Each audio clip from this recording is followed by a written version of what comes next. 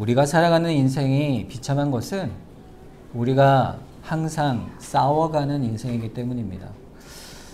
그래서 우리 교회를 향해서 우리가 뭐라고 얘기를 하냐면 전투하는 교회다 이렇게 말을 해요. 우리가 이 땅을 살아가는 동안에는 우리가 전투를 해 나갑니다. 수없이 싸움을 싸워가죠. 승리한 교회가 있죠. 어딜까요? 천국입니다. 우리가 전투하는 것은 결국 승리가 보장되어 있어요. 그러나 그 전투는 결코 쉽지가 않습니다. 우리에게 있는 전투는 뭐가 있을까요? 먼저는 외부적인 것이겠죠. 우리 주변에 우리 교회 다니고 이런 것들을 탐탁치 않게 여기는 분들이 있을지 모르겠어요. 늘 교회 가운데 세상 속에 있는 많은 시선들 또 핍박이 있을 수가 있습니다. 그리고 우리 안에, 두 번째는 우리 안에 있는 더 큰 싸움이 있습니다. 그것이 뭐냐면 우리 안에 있는 수많은 시련과의 싸움들이에요. 그 시련에 비롯되는 것들은요, 우리 안에 있는 탐욕과 죄의 모습들이고 그 죄와 싸워가는 것이요. 또 교회 안에서도 이런 싸움이 있는 것입니다. 우리 안에 말씀을 벗어나고자 하는 잘못된 신앙, 또 하나님의 말씀에 대한 불순종을 하고자 하는 우리의 마음들, 이런 것들과 우리는 항상 바른 신앙 가운데 싸워갑니다. 결국 영적인 싸움이죠. 우리의 싸움은 외적인 싸움도 있지만 영적인 싸움이 우리 내부에 있습니다. 결국 우리는 싸우는 교회예요.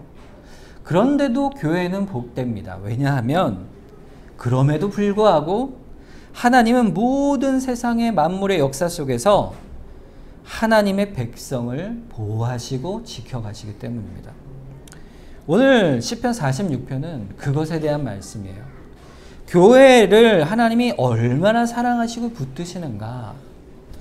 이 환난과 역경 속에 싸워가는 우리의 인생 속에서 하나님이 결코 너희를 버리지 않고 너희를 붙드니 그러니 두려워하고 담대하라. 이것이 오늘 말씀의 핵심적인 내용이 됩니다. 왜 그럴까요? 하나님이 우리의 피난처이시기 때문입니다. 오늘 이 말씀을 너무나도 사랑했던 많은 사람들이 있는데 그 중에서 고난 중에 있었던 한 사람을 제가 말씀드리고자 합니다. 그 사람은 누구냐면 종교개혁자인 마틴 루터입니다. 1517년에 지금부터 500년이 지났죠. 이때 이 루터가 벌써 이 500년이 지난 그 전에 종교개혁을 시작하게 됩니다. 어떻게 했냐면 당시 독일에 있던 비텐베르크라는 그 성이 있었는데 그 성에 있는 교회의 그 앞에 문에다가 95개의 반박문을 써서 붙입니다. 어떤 일이 있었길래 붙였을까요? 교회에 대한 반박문이었어요. 당시 교회가 많이 부패해 있었는데 그 부패해 있었을 때 그때 있었던 사건이 뭐였냐면 면벌부라는 것이에요. 면벌부가 뭐냐면 사람들에게 이 교회에서 발음이 잘 안 나요. 네, 면벌부, 면죄부라고 하는데 사실 면벌부가 정확한 표현이에요. 벌을 사해주는, 면해주는 그런 증서를 주는 거예요. 뭘 할 때 줄까요? 헌금을 하면 주는 거예요. 그래서 교회에서 그 재정을 모아서 교회에 있는 빚과 또 교회에서 짓는 거대한 성당이죠. 성당을 짓는 데 쓰기 위하여 그렇게 면벌부를 발행하게 됩니다. 근데 처음에는 그냥 사람들에게 하다가 나중에는 죽은 부모, 죽은 사람의 죄까지도 사해준다는 면벌부를 발행하게 돼요. 그때 이것을 성경을 보니까 루터가 보니까 이 내용이 성경에 나와 있을 리가 없죠. 그래서 그런 사항들을 몇 가지 지적하여 붙인 것입니다. 교회의 실천적 개혁을 요청한 것이죠. 그런데 이것이 처음에는요, 단지 교회에 대한 이런 돌이킵시다 이런 촉구의 내용이었지만 이런 마음을 가지고 있던 수많은 사람들이 이 일에 동참하게 됩니다. 귀족도 동참하고 또 성직자들, 평민들이 동참하기 시작합니다. 그 영향력이 마치 갈대밭에 불이 붙은 것처럼 전 지역의 유럽에 확 번져가기 시작하는 거죠. 그러면서 이 개혁하는 사람들이 말씀 가운데 신학을 점점 정립해 나갑니다. 그래서 그때 등장한 것이 우리가 보는 신앙 고백서들이죠. 정립해 가면서 교회 개혁에 큰 힘이 모아지게 돼요. 그때 이 소식을 들은 로마 카톨릭 신성 로마 제국의 황제였던 카를 5세가 회의를 소집해요. 재판을 거는 거예요. 보름스웨이라는 재판을 딱 하게 돼요. 언제냐면 종교개혁이 있은 지 4년 뒤에 수많은 영향력이 있으니까 루터, 그 지도자였던 루터를 소환해냅니다. 그러면서 재판을 하는데 그때 재판에서 나온 형벌이 뭐냐면 법에서 추방하는 것이에요. 법에서 추방. 이건 뭘 의미하냐면 누구도 그를 죽여도 죄가 없다. 이거예요. 그러니까 살인할 수 있는 면벌부를 준 겁니다. 결국엔. 그리고 이것을 재판을 받은 뒤에 고향으로 루터가 돌아가는 중에 루터를 보호하기 위한 또 다른 세력이 있었어요. 그것은 당시 독일의 작센이라는 지역의 선지후였던 프리드리 3세라는 분. 이 분이 바로 이 개혁신학을 추구하는 사람이었습니다. 귀족이었고 한 지역의 왕이었죠.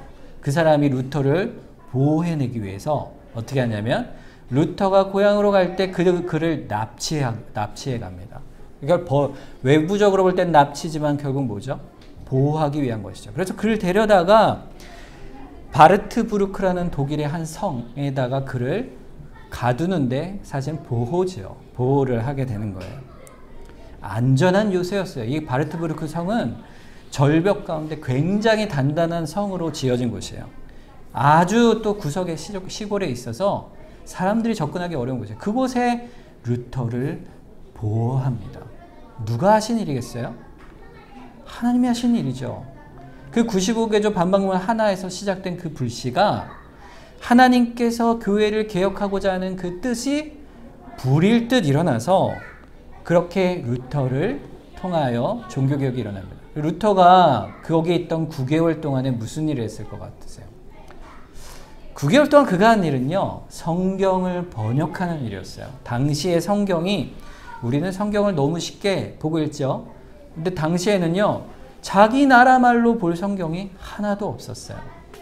영어도 없고, 독일어도 없고, 프랑스어도 없고, 무슨 언어냐? 다 옛날 로마어인 라틴어만 성경이 있었어요.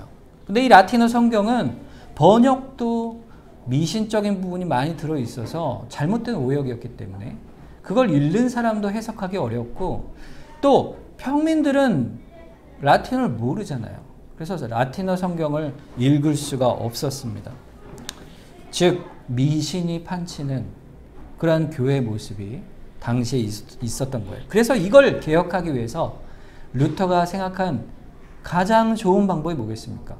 성경을 읽도록, 누구나 읽도록 독일어로 번역하게 됩니다. 그 일로 인해서 어마어마한 탄압이 오게 돼요. 여러분 생각해 보세요. 루터 한 사람이 어떻게 1500년 동안 이어져온 그 로마에 있었던 그 거대한 제도적 교회, 로마 카톨릭 교회를 맞서 싸울 수가 있겠습니까? 여러분 오늘 우리가 부른 찬양이요, 바로 585장이 루터가 그때에 지은 찬송이에요. 내 주는 강한 성이요 또 방패와 병기 되시니, 이 말씀이 오늘 본문 46장의 1절의 말씀을 생각하면서 묵상하면서 지은 거예요. 그가 너무 사실 겁이 많은 사람이었어요. 번개가 길을 갈 때 팍 쳐가지고 너무 두려워서 그 자리에 엎드려서 제가 사제가 되겠습니다 이렇게 한 사람이에요. 두려움 때문에. 그런데 그 두려움이 많은 사람이 이 거대한 교회의 권력 앞에 맞서 싸웁니다. 어떻게 그럴 수 있을까요? 두렵지 않았을까요? 벌벌 떨었어요. 루터도 그 황제 앞에 있을 때. 그때 그가 마음속에 새겼던 시편이 오늘 본문 1절입니다. 하나님은 피난처시요 힘이시니 환난 중에 만날 큰 도움이시라. 그 말씀을 그가 되새기면서 그때 기도하기를, 하나님 내가 여기 있나이다 나를 도와주소서, 이렇게 기도했다 해요. 이 내가 여기 있나이다 할 때 이 여기 있나이다는요, 주님 내가 주의 말씀 안에 서 있습니다. 주의 말씀 안에 서 있으니 주님 저를 붙들어 주시옵소서. 주의 말씀 안에 있는 자의 위로예요.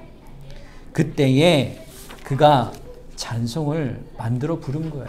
내 주는 강한 성이요 방패와 병기 되시니 큰 환난에서 우리를 구하여 내시리로다.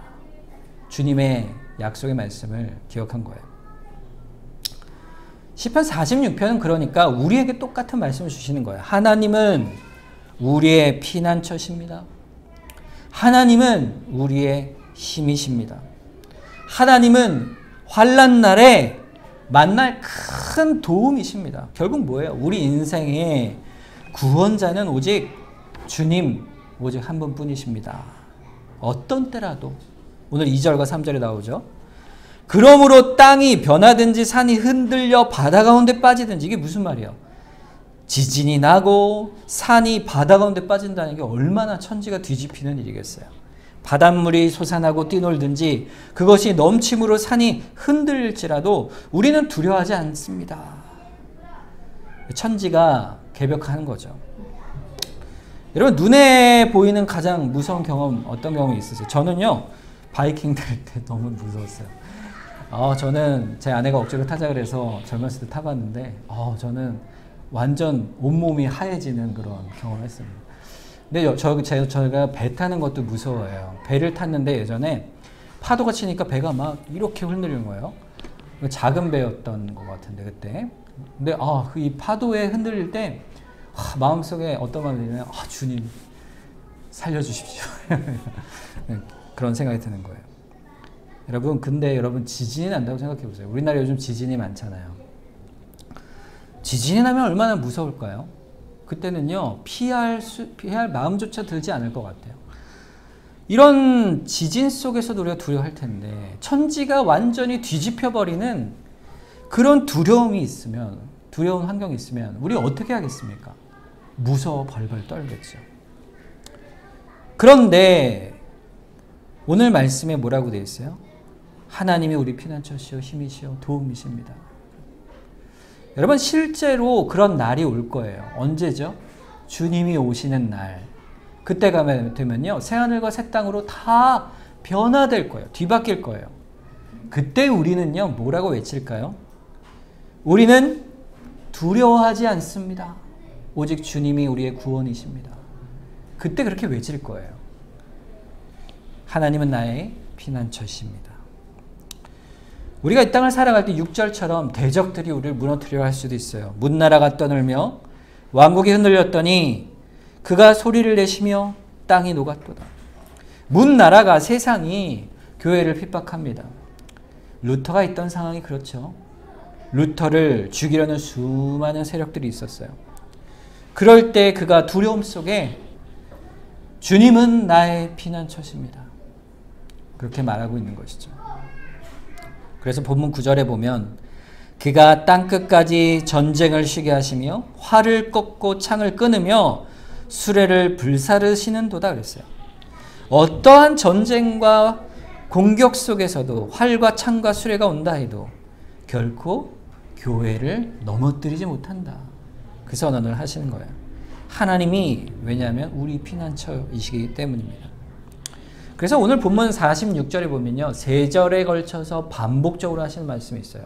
1절, 하나님은 우리의 피난처시요 힘이시니 환난 중에 만날 큰 도움이시라. 7절, 만군의 여호와께서 우리와 함께 하시니 야곱의 하나님은 우리의 피난처시로다. 똑같이 11절에도 만군의 여호와께서 우리와 함께 하시니 야곱의 하나님은 우리의 피난처시로다 그랬어요.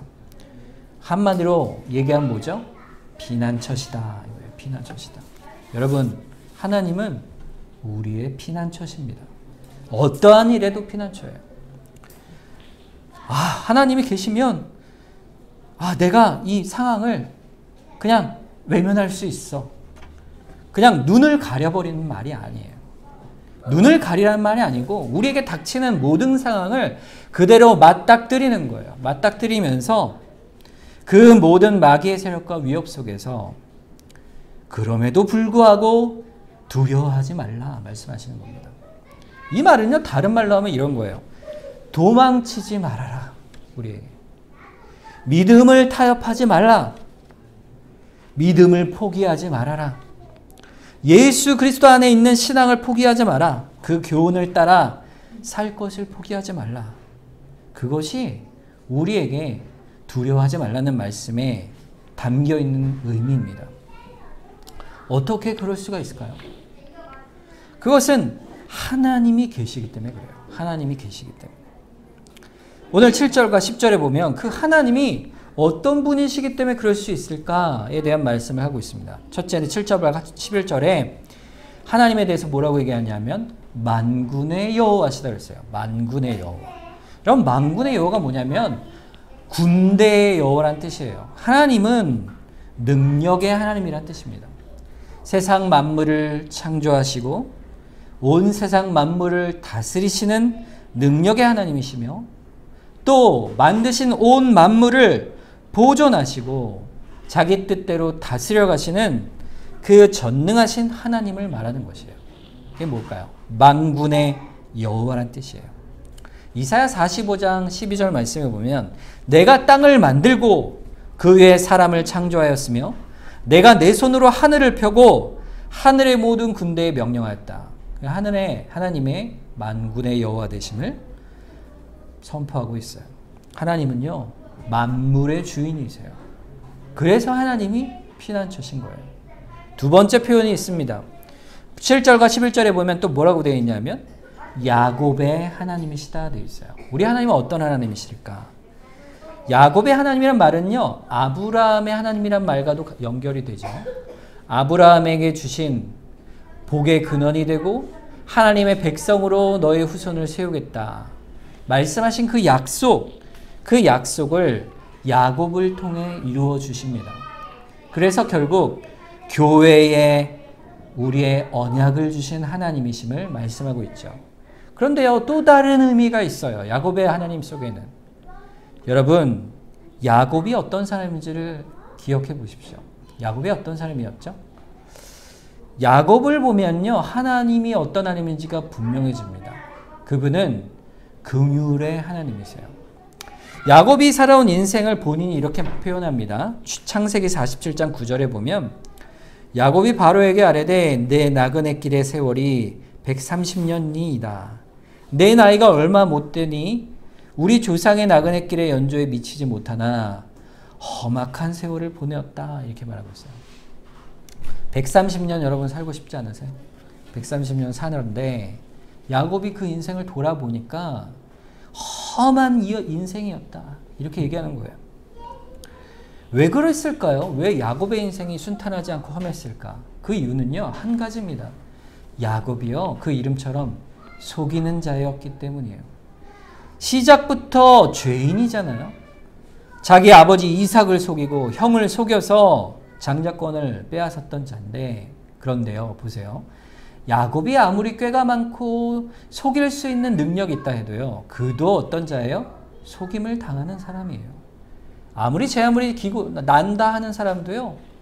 세상을 속이며 살 수 없습니다. 세상에 속으며 살죠. 결국 외삼촌 라반에게 속임을 당해 오랜 세월 고난의 길을 겪지 않습니까? 슬픈 인생을 삽니다. 그런데 하나님께서 그 슬픈 인생 속에서 야곱의 하나님이 되어주세요. 야곱을 그 야복 강가에서 씨름하여 결국에는 그 심령이 가난한 영혼으로 하나님의 긍휼만을 바라보는 자로 바꿔주세요. 그래서 그가 야곱에서 이스라엘로 이름이 바뀌어지는 거예요. 신자가 마찬가지예요. 우리가 야곱이죠. 우리가 야곱인데 우리를요 신자로 바꿔주세요.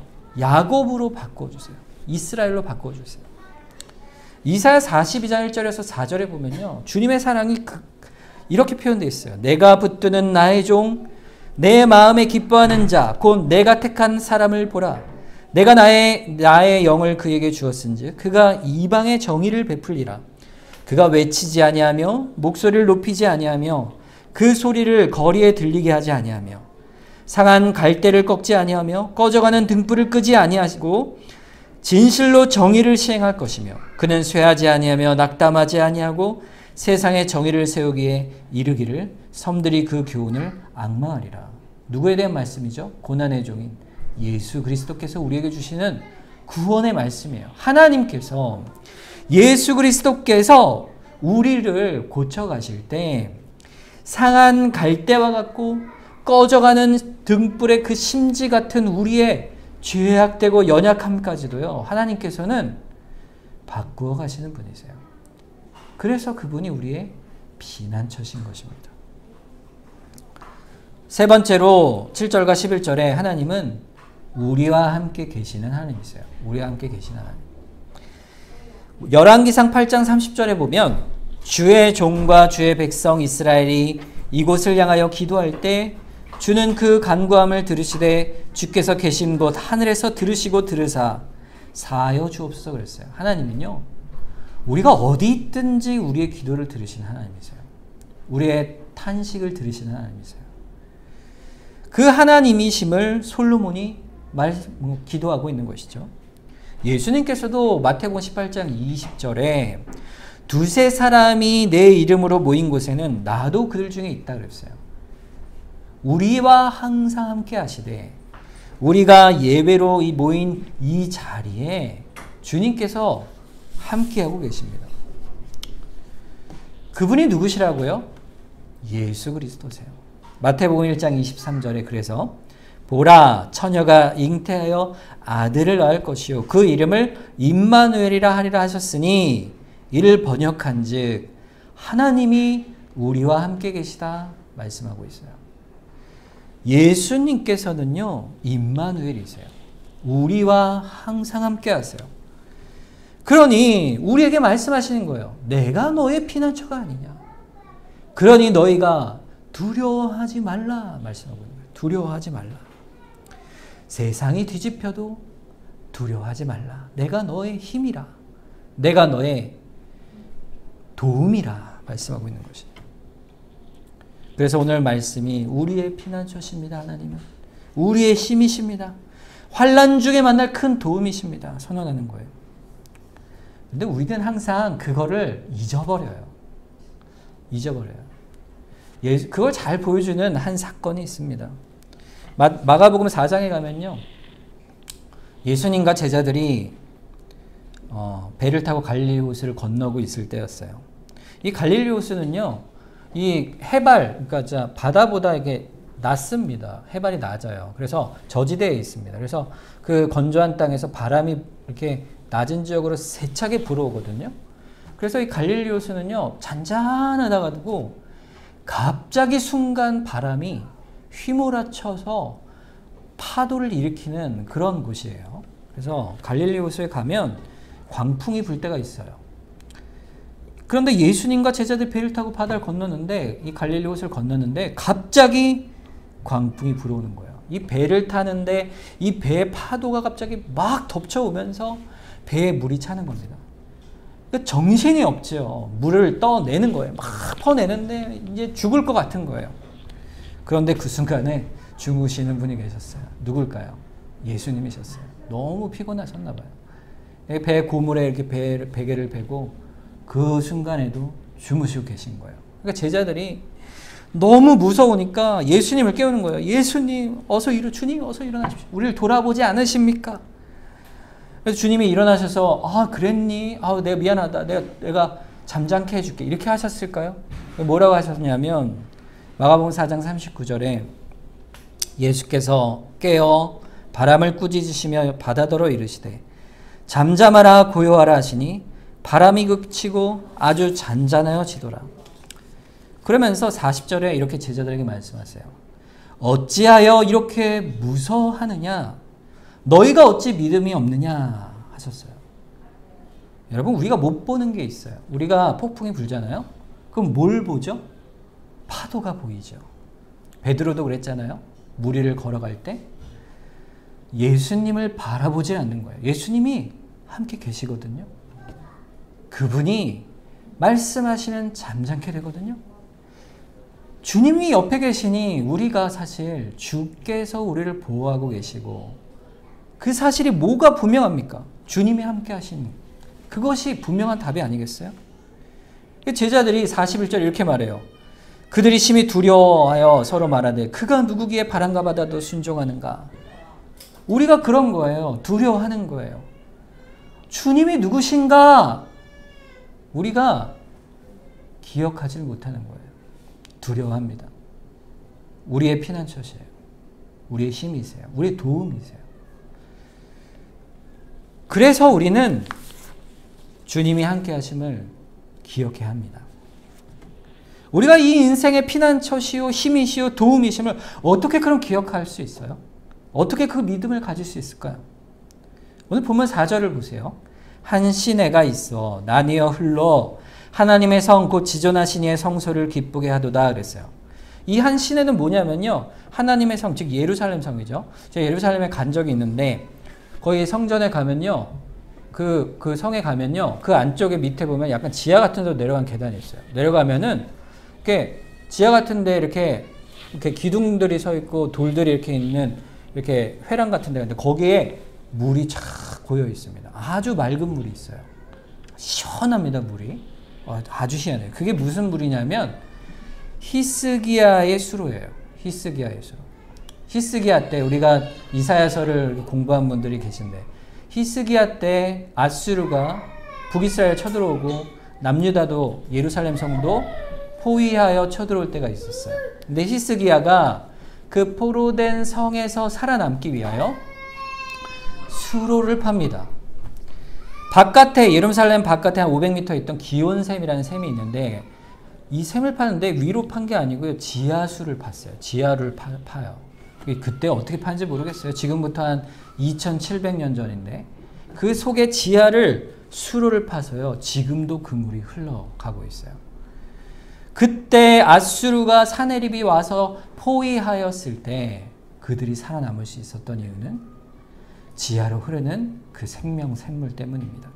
우리가 살아갈 때요. 겉으로 보이지 않아요. 우리가 살아갈 때 겉모습은 보이되어 있고 악한 무리가 우리를 다 감싸 있고 우리의 상황이 어려워 보이지만 우리의 심령과 우리 삶 속에 흐르는 생명샘이 있는 거예요. 그게 뭘까요?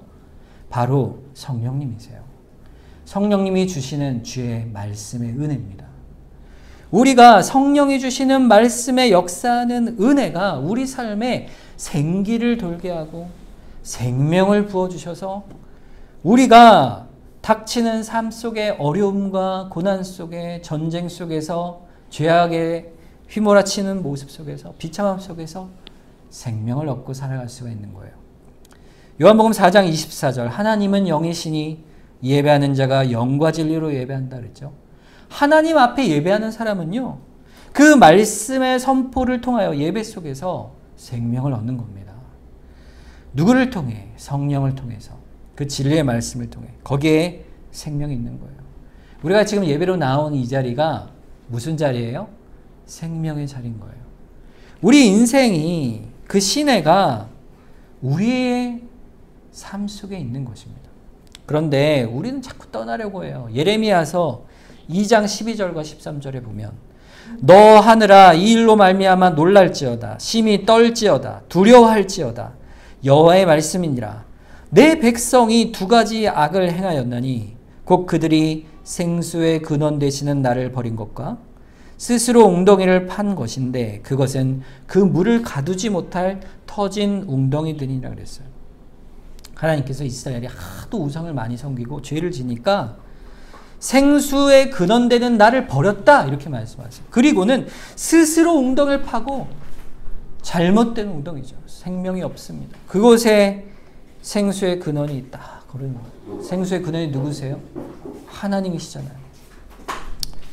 예수님께서 또 말씀하세요. 요한복음 7장 37절 39절에 명절 끝날 곧 큰 날에 예수께서 서서 외쳐 이르시되 누구든지 목마르거든 내게로 와서 마시라. 나를 믿는 자는 성경의 이름과 같이 그 배에서 생수의 강이 흘러나오리라 하시니 이는 그를 믿는 자들이 받을 성령을 가리켜 말씀하신 것이라고 했어요. 누구든 주께로 나오면 목마르지 아니하리라. 생수의 강이 흘러나리라. 그러니 교회는요. 말씀을 덮어버리고 떠나버리면 살 수가 없는 거예요. 그래서 루터를 통해 종교개혁을 일으켜 주신 겁니다. 그럼에도 불구하고 사람은 왜 하나님을 버리고 자기 자신의 힘으로 나아가고자 할까요? 한 가지 때문에 그래요. 하나님이요, 믿op지 않는 거예요. 하나님이 믿op지 않은 거예요. 이스라엘 백성이 하나님 믿op지 않아서 뭘 달라고 했죠? 왕을 달라고 했잖아요. 왜 그랬을까요? 눈에 안 보이니까. 여러분, 하나님 눈에 안 보이시죠? 하나님이 나를 버린 것 같을 때도 있잖아요. 하나님이 왜 나를 이렇게 내버려 두십니까? 믿op지 않을 땐 사람들은 하나님의 생수를 버리고 자기 웅덩이를 파는 거예요. 자기 방편을 찾는 겁니다. 그런데 하나님은요, 우리를 결코 떠나지 않으십니다. 시편 121편 4절에 보면 이스라엘을 지키시는 이는 졸지도 아니하시고 주무시지도 아니하시리라 그랬어요. 한순간도 주님은 우리를 내버려 두지 않으세요.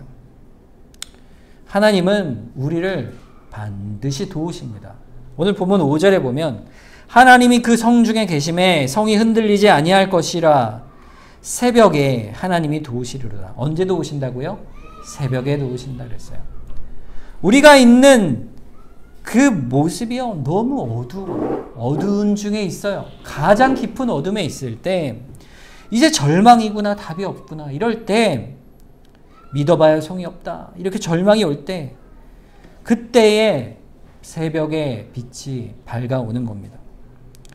그때 내가 너희를 도울 피난처라 도우시는 거예요. 우리가 기억할 것이 있어요. 하나님께서는 우리가 정한 때에 도우시지 않아요. 언제 정하시죠? 하나님이 정하신 때 도우십니다. 만군의 여호와요 야곱의 하나님이요 임마누엘의 하나님이신 그분은요, 결코 우리를 떠나지 않으세요. 다 보호하시고 지켜주세요. 그 도우시는 때엔, 그러나 하나님의 지혜 때, 가장 선하고 우리의 필요한 모든 것들을 아시는 그때 도우시는 거예요. 그러니 두려워하지 말라, 낙심하지 말라 말씀하시는 겁니다. 우리의 삶은요, 하나님께서 붙드시는 삶이에요. 그거를 뭐라고 하냐면 섭리이라고 하는 것이죠. 우리가 요즘 섭리에 대해서 계속 공부를 수요일 날도 하고 구역예배 때도 하고 있는데, 우리가 믿음이 견고해지기 위해서는요, 하나님께서 섭리의 하나님이심을 믿는 데 있어요. 우리가 그것을 믿으면 우리가 두려워하지 않을 수가 있습니다. 하나님은요, 우리를 구원하시고 건지시기로 영원전부터 작정하셨어요. 그래서 우리 인생을 반드시 건지시기로, 우리를 교회로 불러내어 신자의 삶으로 살아가도록, 그래서 하나님이 우리를 예정하여 주셨어요. 그래서 그것을 반드시 이루시는 거예요. 그 이루시는 것이 섭리예요. 지금도 이루어 가시고 또 보호하시고 또 다스려 가세요. 모든 만물을 그렇게 주관해 가십니다. 그것이 하나님의 지혜예요. 그 권능이에요. 그 앞에 그 섭리를 믿는 자는 하나님을 의지하게 되는 거예요. 본문 10절에 그 신앙의 태도가 그래서 이렇게 나타나는 겁니다. 이르시기를 너희는 가만히 있어 내가 하나님 됨을 알지어다. 내가 문 나라 중에 높임을 받으리라. 내가 세계 중에서 높임을 받으리라 하시도다. 너희는 가만히 있어서 하나님 됨을 알라. 이 말은요, 아무것도 하지 말고 그냥 다 내버려 두는 얘기가 아니에요. 하나님께서 우리 앞에 있는 모든 문제를 지혜로 인도하시니 그러니 두려워하지 말아라. 그 길로 나아가라 이 말이에요. 나아가라. 이스라엘 백성이요, 출애굽하여 광야길로 나아갔는데 어디에 닥친지 아세요? 앞에 바다를 맞닥뜨린 거예요. 길을 건너야 되는데 뒤에서는 바로의 군대가 쳐들어옵니다. 그때 모세가 이렇게 얘기해요. 출애굽기 14장 13절 14절에 모세가 백성에게 이르되 너희는 두려워하지 말고 가만히 서서 여호와께서 오늘 너희를 위하여 행하시는 구원을 보라. 너희가 오늘 본 애굽 사람을 영원히 다시 보지 아니하리라. 여호와께서 너희를 위하여 싸우시리니 너희는 가만히 있을지어다. 그리고 어떻게 됐죠? 홍해를 갈라 버리십니다. 하나님은요, 결코 우리를 버리지 않으세요. 그런데 우리 마음엔 항상 의문이 있잖아요. 욥도요. 욥기 2장 10절에 보면 그가 이르되 그대의 말이 한 어리석은 여자의 말과 같도다. 우리가 하나님께 복을 받았은즉 화도 받지 아니하겠느냐 하고 그 모든 일에 욥이 입술로 범죄하지 아니하였다 그랬어요. 욥이요 아내의 저주의 말을 듣고 슬픔과 고난 중에 극심한 중에 있음에도요 입술로 범죄하지 않았어요. 그분의 선하심을 바라보고 그분을 바라보는 섭리를 믿었지요. 그런데 마지막까지 욥이 가진 의문이 있었습니다. 그게 뭐였을까요? 그것은요 하나님 도대체 왜 그러십니까? 이거였어요. 우리가 갖는 그 마음이 있잖아요. 고난이 닥치면 내 죄가 아닌데 내가 그런 게 아닌데 왜 저에게 이런 슬픔을 주시고 아픔을 주십니까? 하나님 도대체 왜 그러십니까? 그걸 알려주시면 제가 이 믿음 안으로 더 나아갈 수 있을 것 같습니다. 하나님 도대체 왜입니까? 근데 그때 하나님 답을 어떻게 주시는지 아세요? 내가 천지를 지을 때 네가 어디 있었니? 이렇게 물으세요. 그게 무슨 말이에요? 하나님은 우리에게 하나님이 하시는 모든 일을 우리가 겪고 있는 슬픔과 고난을 이유를 다 알려주시지는 않으세요. 그때 우리에게 가져야 할 마음이 뭘까요? 잠잠함이에요. 잠잠함. 답이 하나님께 있습니다. 고백하는 거예요. 욥이 그렇게 바뀌어 간 것이죠. 하나님이 답이 있음을 저는 압니다. 그 믿음이에요. 그게. 지금 있는 상황을 이해하지 못합니다. 주님. 그러나 답은 주께 있습니다. 이걸 믿는 거예요. 허드슨 테일러라는 그 중국 내지 선교회의 선교사님이 있어요. 아주 큰 영향을 미친 그 복음을 전한 허드슨 테일러라는 유명한 선교사님이 있는데 이 선교사님이 이런 말을 했어요. 우리가 지금 당하는 환난에서 너무 환난이 커서 너무 힘들어서 우리는 성경을 못 읽을 때가 있습니다. 너무 힘이 들어서 심지어 찬송도 못할 때가 있어요. 또 너무 힘들어서 기도도 못할 때가 있습니다. 그러나 그때라도 성도가 할 수 있는 한 가지가 있습니다. 그것은 하나님에 대한 신뢰입니다. 신뢰입니다. 잠잠히 하나님이 이루실 일을 기다리는 거예요. 여러분 우리가 고난을 당할 때요. 누군가 고난이 당했어. 내가 어려워. 왜 이러는지 모르겠어. 그때 우리가 이런 말 하잖아요. 하나님 분명히 뜻이 있으실 거야. 이렇게 말을 하잖아요. 근데 그 말을 한 사람은 뭐 내 말을 하는 걸 내가 그런 걸 뭐 너는 이해도 못하니? 이렇게 상처를 오히려 받을 때가 있어요. 근데 여러분 지나보면 알아요. 지나보면 가만히 지나고 나면요. 답이 실제로는 거기에 있는 겁니다. 하나님이 붙드신 거예요. 하나님이 우리의 피난처시니까. 이것을 아는 거예요. 그래서 이 시편의 노래는요. 우리에게 두 가지 중에 하나를 선택하게 해요. 뭐냐면 우리 삶의 상황에 우리의 믿음이 있는 사람은요. 이 시편을 절대 받을 수가 없어요. 그런데 반대로 형편이 나아져야 하나님을 믿는 그런 사람이 아니고 그저 하나님을 바라보는 사람은 반대로 내 형편이 어떠하든 주님께 나아갑니다. 이런 믿음을 가질 수가 있는 겁니다. 어찌하든 주님은 나의 피난처십니다. 나의 힘이십니다. 환난 중에 만날 큰 도움이십니다. 주님만이 나의 구원자이십니다. 그러니 그저 잠잠히 주님을 의지합니다. 불쌍히 여겨주시옵소서. 도와주시옵소서. 그때 주님이 우리를 위로하시고 건전해 주시는 거예요. 그게 신자의 믿음이요 소망인 거예요. 우리 마지막으로 요한일서 3장 1절과 2절 말씀을 한번 보기를 원합니다. 보라, 아버지께서 어떠한 사랑을 우리에게 베푸사 하나님의 자녀라 일컬음을 받게 하셨는가. 우리가 그러하도다. 그러므로 세상이 우리를 알지 못함은 그를 알지 못함이라. 사랑하는 자들아, 우리가 지금은 하나님의 자녀라. 장래에 어떻게 될지는 아직 나타나지 아니하였으나 그가 나타나시면 우리가 그와 같을 줄을 아는 것은 그의 참 모습 그대로 볼 것이기 때문이라. 이것이 신자의 소망이에요. 잠시 있는 이 땅에서도 하나님의 사랑, 그 자녀를 향한 사랑을 우리가 압니다. 고백하는 것이요. 장래에 어떻게 될지 우리는 모르지만 언제나 하나님께서 우리를 사랑하시고 보호하시고 결국에는 주와 같이 되어 구원하여 하나님 나라에 이를 것을 믿습니다. 이것이 신자의 소망이에요. 우리가 이 소망을 바라볼 때 우리의 찬양이 시편 찬양이 되는 거예요. 46편. 하나님은 우리의 피난처시니